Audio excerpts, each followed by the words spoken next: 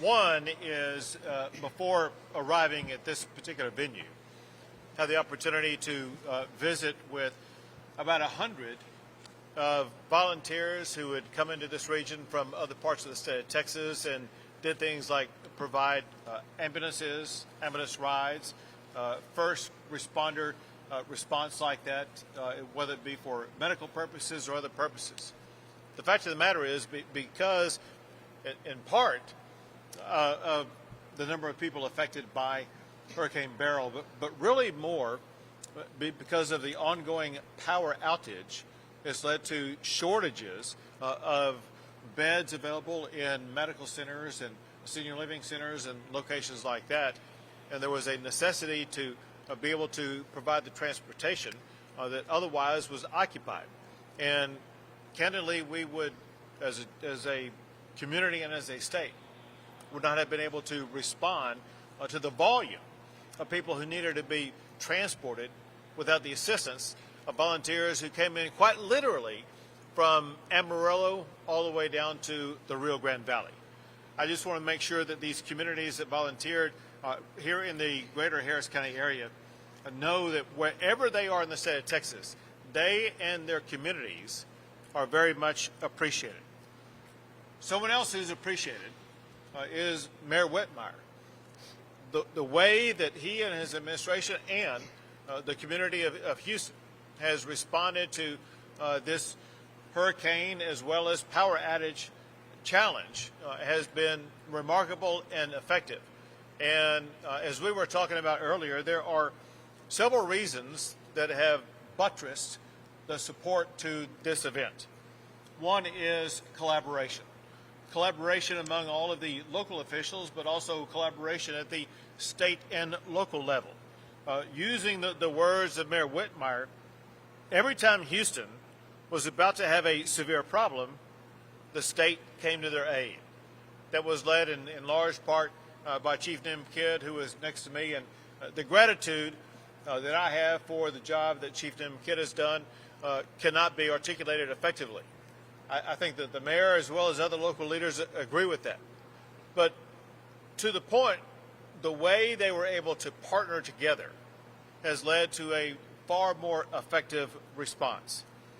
Another thing that Mayor Whitmire was talking about is the response they were able to achieve was enhanced by their ability to work collaboratively with the state before Hurricane Beryl even arrived here, beginning a week in advance. The collaborative effort, even though there was uncertainty about exactly where the storm was going to land, there was a certainty that we all needed to be prepared, not knowing where it may land. The point is this: whenever a tropical storm comes in or near the Gulf, all of us, state, local, and other entities, have a responsibility to get ready immediately. It is hurricane season in the state of Texas. That means that everybody who lives on or near the coast, whether you are an individual, whether you're a government, whether you are a power provider, everyone has a duty to be prepared to respond to wherever that storm lands.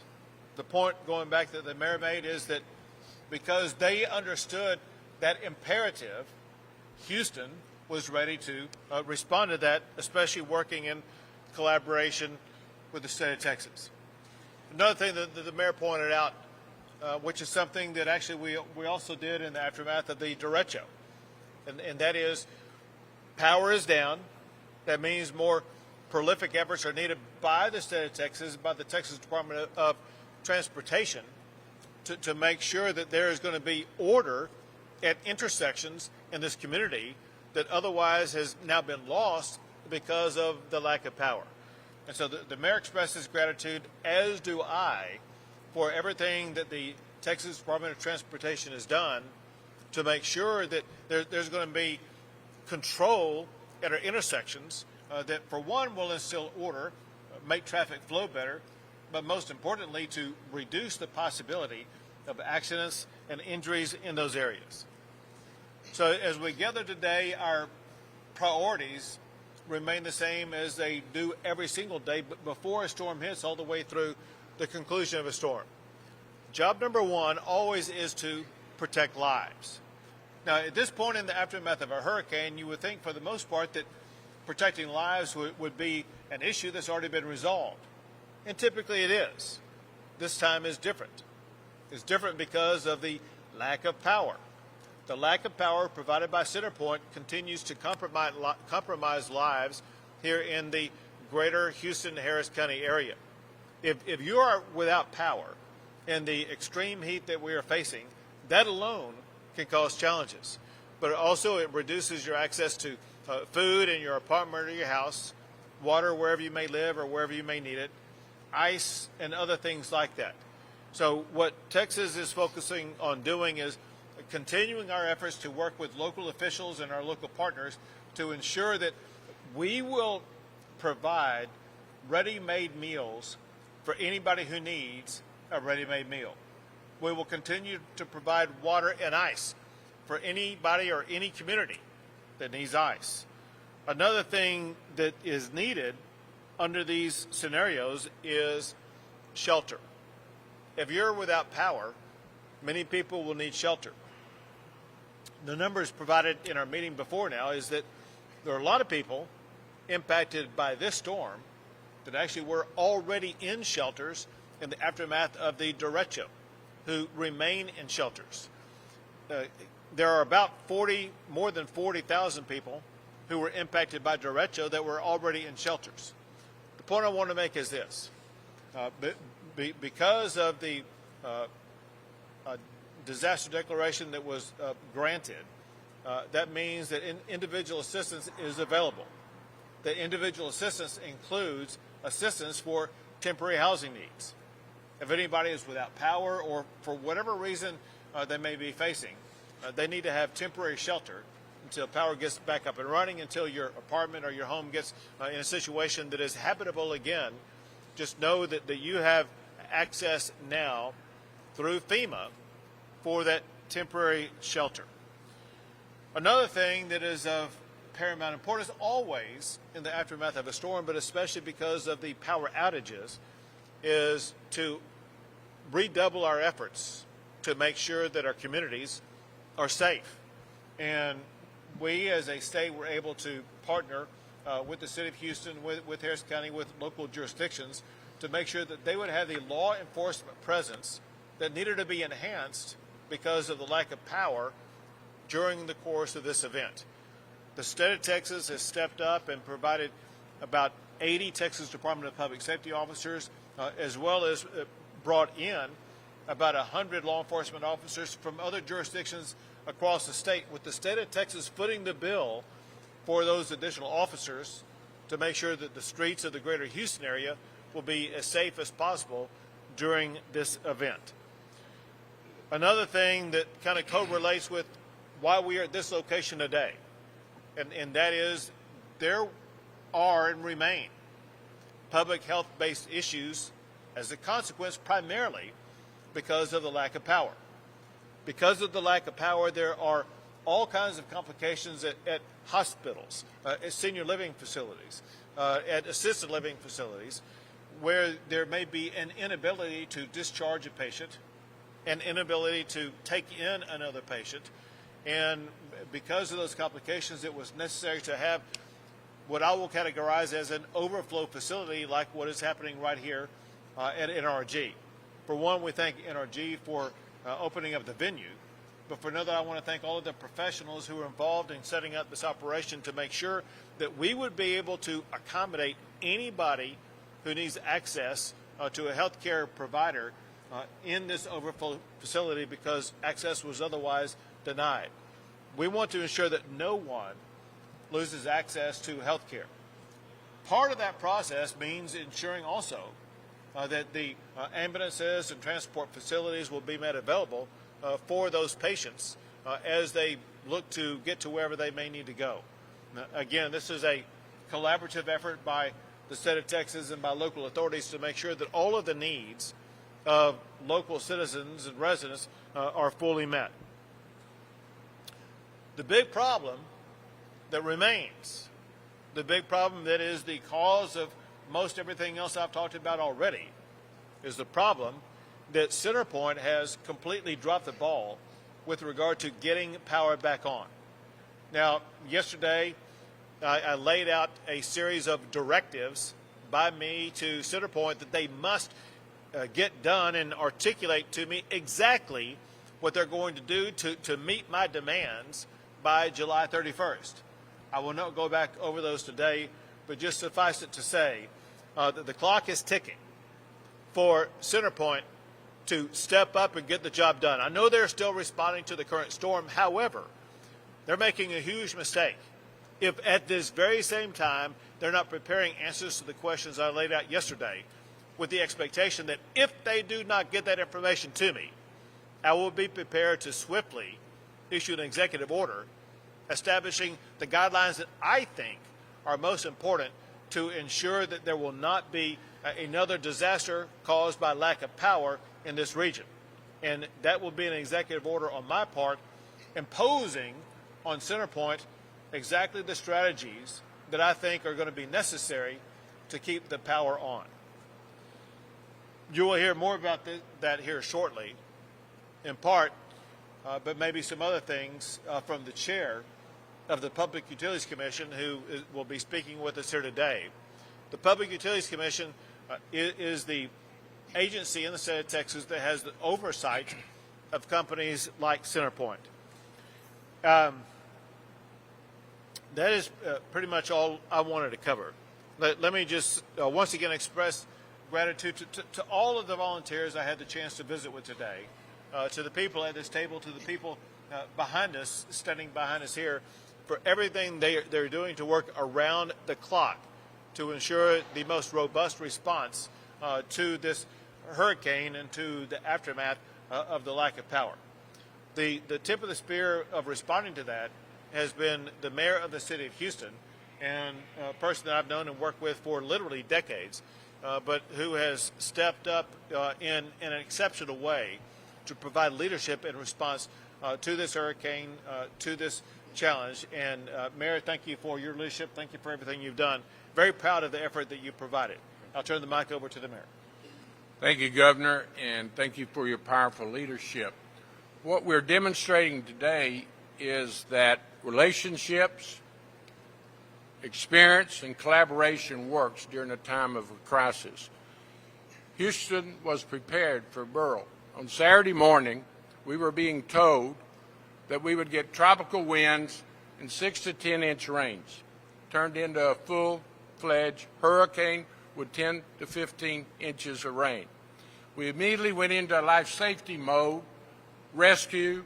We then went through, and that is about the time that we realized we need to contact your emergency management team, which has helped us in the past. We were positioned and ready, had all hands on deck in our emergency center, going through departmental reports. We were prepared, and like others, we saw that Beryl was very unpredictable. Instead of northern Mexico or South Texas, it headed toward West Houston. We became the dirty side of a dirty hurricane. We worked around the clock, but immediately we saw that we had lost energy, and everything revolves around energy. It affects your rescue. It affects Houstonians' life and safety. So thank you for your powerful, direct message to our CenterPoint provider. And all I can say is we need power. Everything we talk about today revolves around energy. Immediately we saw that we needed additional resources. We needed ice. We needed water. We needed to open our multi-service centers, not only for chilling centers. Unfortunately, I discovered that the city of Houston did not have fire stations with backup energy. I have learned a lot during this storm. I ran for office to fix things, and I discovered during a crisis you see your vulnerabilities. So what do? You use that relationship and collaboration with the state of Texas. With your emergency center, we immediately started getting additional public safety.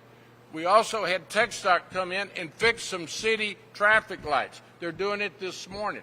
DPS came in immediately with additional resources. Thank you to all the stakeholders. But immediately we saw that we had a shortage of ambulances. loss of energy was causing the hospitals not to release people back home to dark, unair-conditioned homes. So we had a backlog at the hospital facilities. We immediately got 25 additional ambulances, some of the individuals we were thinking this morning. And then here's a new model. We've shared public works and EMS and other resources. The model of collaboration locally with other agencies with HPD was taken statewide. Your management team, NIMKID, sent us 100 additional law enforcement officers who I've worked with the last 2 nights on the street, providing additional public safety in our dark neighborhoods, getting back to that necessity of energy. Traffic lights do not have the generators. So, all hands on deck. We're in a total mobilization. The last 3 days, we've made progress. We have more to do. Now we're in a recovery mode. FEMA, the Small Business Association, will be setting up centers with the City of Houston for this week. All I can say is relationships, collaboration, and experience is serving not only Houstonians, but our region. And there's things that we're learning, the modeling of collaboration with law enforcement, I think will be a model that we'll take across the state, and I would be shocked if the nation doesn't recognize our success by collaboration with every facet of state and city government. So thank you. We've got a lot of work to do. People have a right to be frustrated and angry. I share that. We've got to be prepared for tornadoes, hurricanes and tornadoes, turning immediately change directions. We've got to relocate resources near the community. I understand you don't want your linemen and others to get damaged during the hurricane center across in our community. And let me just close by saying this to Houstonians, anyone that can hear my voice, these linemen are our friends. Quit threatening linemen. HPD is present at our staging centers. We'll escort linemen to their workstations. But let me just really plead with anyone that can hear my voice. Linemen are our friends in doing their job. Do not threaten them. I understand you're angry and mad and frustrated, but let's get through this together. And as the governor has instructed, we will do a complete assessment of all the stakeholders, public and private, and see how we can improve. Thank you for being here, and I want to thank all the stakeholders, law enforcement, EMS, public works. The state of Texas is in good hands, and we're collaborating with the city of Houston. Thank you. You got it. Good job. And now the chair of the Texas Public Utilities Commission, Thomas Gleason. Thank you, Governor. And I'd also like to recognize my fellow Commissioner, Lori Kobos, who's behind us. So as the Governor said, at the Public Utility Commission, we regulate CenterPoint. And part of our mission is to ensure that CenterPoint provides high-quality infrastructure. And I think it's clear from the events of the last week that the quality of their infrastructure, their ability to maintain that infrastructure, and their communication with their customers has been called into question. So at the direction of the Governor, today I asked PUC staff to initiate an investigation into CenterPoint's ability to respond to this and ability to prepare for this storm. CenterPoint has to do better. I cannot urge this enough.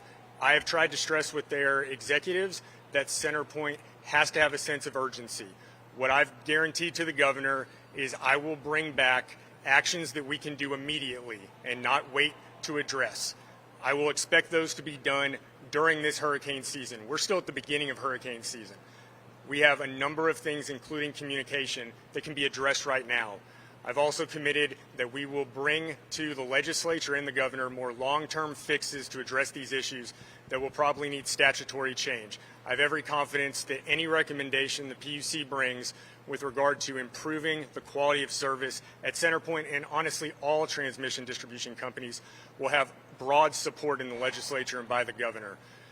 You know, when you do an investigation, sometimes you find out that it's people's fault and sometimes you find out it isn't. Honestly, it doesn't matter if it's CenterPoint's fault or not. It's their responsibility. When they decided to get into the public utility business, they entered a compact with their customers that they would provide high-quality service because utility service, electricity is important to every Texan and every Texas business. And as such, we will look comprehensively at all of their operations and bring a report back in December of this year prior to the legislative session with recommendations for how to mitigate the impact of these types of storms going forward and how we can ensure that this type of response will never happen again. And Governor, I want to thank you for the direction you provided to the PUC as far as where we should take this investigation. And we will be providing regular updates publicly at our open meetings and on our website and through our social media outlets so that this is done in public and is done transparently so everyone that's been affected by this can know exactly what we find. Very good. Thank you. And now, Chief of the Texas Division of Emergency Management, NIMKID. Thank you, Governor, and thank you, Mayor. Life safety continues to be our #1 priority. The strategy to protect life safety is the restoration of power. We continue to have truckloads of food, water, and ice available to support all of the jurisdictions that request it from anywhere in the impacted area. And Governor, I got to thank you for this team of men and women that are standing behind me, and the thousands of them that are across this impacted area that many of you will never see. They are working around the clock. Many of them are from the Houston-Harris County area. Their homes and their families have also been impacted by this power outage. And then we have those that have traveled from all over the state of Texas. I have to take a minute to recognize Dr. Jennifer Shuford, the Commissioner of Health from the Department of State Health Services. Dr. Shuford and her team have provided the EMS assets to help support this city, along with the rest of the teams, and then the community from National EMR, our nonprofit, non-governmental organization that's helping set up this medical shelter that's here. Also, as additional counties continue to be added for individual assistance, please help us share the telephone number and the website address so that all people impacted by this storm that are eligible for individual assistance register. As Governor said, we have about 40,000 Texans that are still in hotels and additional shelter right now from the last storm that came through.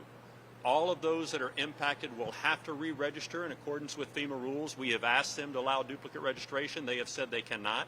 So we need your help in getting that message out for those to re-register with FEMA.gov under disasterassistance.gov so that they too can become eligible for additional assistance. Thank you, Governor. Very good. Thank you. We'll be happy to take a few questions. Could I admonish Go ahead. or advise Houstonians with this heat, go to City Cooling Center, your libraries, your multi-service center. Multi-service centers will be distributing ice and water.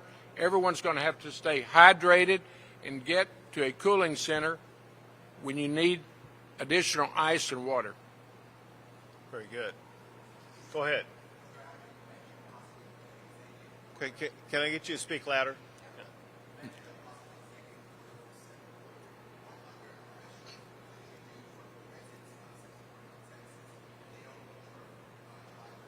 So a couple of points. One is if CenterPoint does not comply with my request, I will be issuing an executive order imposing what I think are the appropriate standards.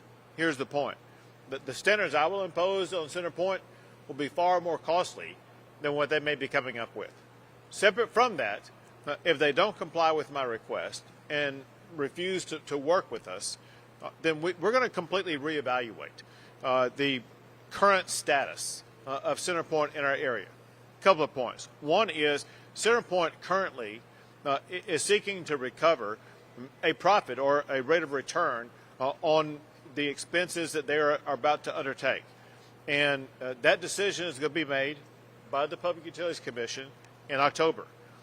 If CenterPoint does not comply, I will be arguing before the Public Utilities Commission to not provide CenterPoint with any profit. But the ultimate one, which is stronger, and that is what CenterPoint is showing us by its repeated failure to provide power, is they seem to be just incapable of doing their job. As a result, we will have to consider, the state will have to consider, whether or not we should be reducing the size of the territorial region to make it smaller so maybe they can do a better job of managing it.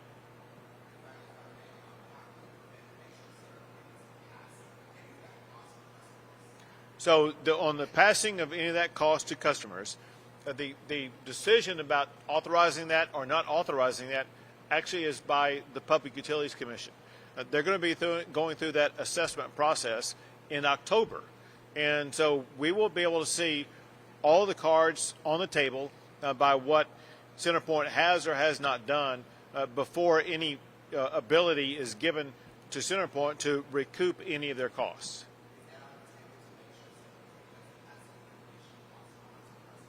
For me, it is.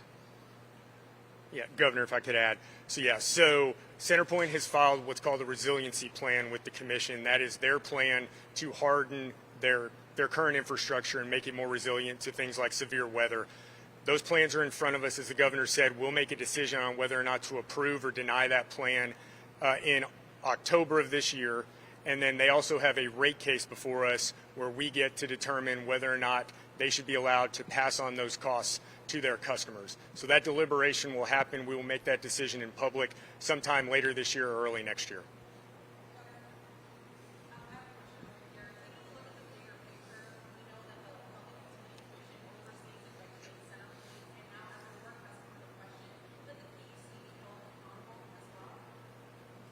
No, there's from my observation, there's nothing that the PUC has done or failed to do. So remember this aspect, and that is during this storm, it's impacted multiple regions, and there have been literally dozens, if not close to 50 or so, power companies involved in this process. This isn't a failure of the entire system. This is an indictment of one company that's failed to fulfill its job, as well as all the other power providers. And so all of the issue is focused on one company, and that's CenterPoint. What the role that the PUC has is to make sure that they hold CenterPoint accountable for their failure to deliver power in response to this storm.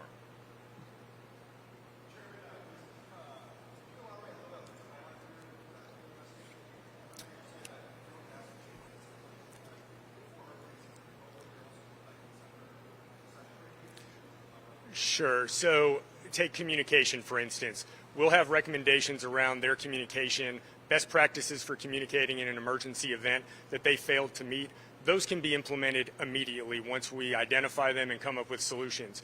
Some other issues are going to take longer. So one of the things that I've heard as chairman is vegetation management has been an issue. Right now, CenterPoint can only cut the trees that are within the right-of-way for its utility lines and poles. One of the things that other states have done is in areas that may be affected by falling trees, they've given utilities greater latitude to cut back those trees beyond just the right-of-way that they own. And so that's one thing that would take a statutory change, and that's symbolic of the type of changes that would need legislative change that would take longer to implement. So we were already doing this informally. We had CenterPoint before us at our last open meeting last Thursday. They came and gave us an update and answered questions. Based on the governor's directive and the direction he's given us, we've formalized that investigation. Like I said, the main reason to do that is so it can be done publicly. Everyone will get to follow along. We will post on our website. We will give updates during our open meetings. Our next open meeting that will be held publicly is on July 25th. I've requested that the management of CenterPoint come and be there and answer questions again to get an update on where they are meeting the directives from the governor and what he asked for by the end of the month, and also to bring us options for how to address the short-term fixes that we need done now as we go through the rest of hurricane season.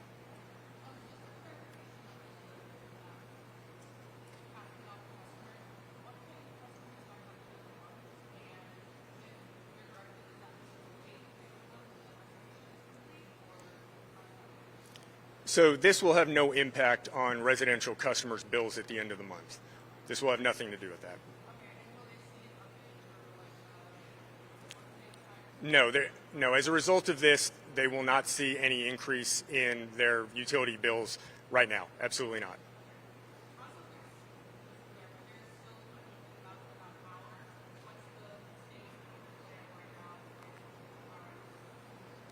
Would you repeat the first part of the question again? Oh, right. So I was out embedded in the field this morning with CenterPoint. Their crews are still working. They are hopeful that they'll be down to about 5% out by the middle of this week, by Wednesday, and the goal is still to have 100% restoration to the homes and businesses that can actually receive power, that aren't so badly damaged that they can't even receive power, by the end of the day on Friday.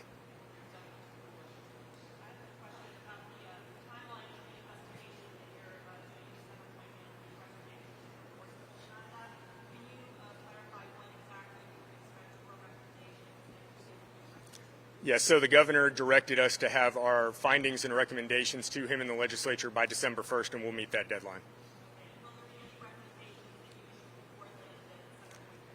Yes, if there are issues that can be addressed without statutory change, we will ask and direct CenterPoint to make those immediately. The urgency of this cannot be expressed enough. We don't have time to wait. Like I said, we have a long way to go in hurricane season. These issues that can be addressed now have to be addressed now. So what we can mandate CenterPoint to do, we will be doing so to CenterPoint. Recommendations that we need approval for, changes in statute, for instance, we will give those recommendations to the legislature and to the governor.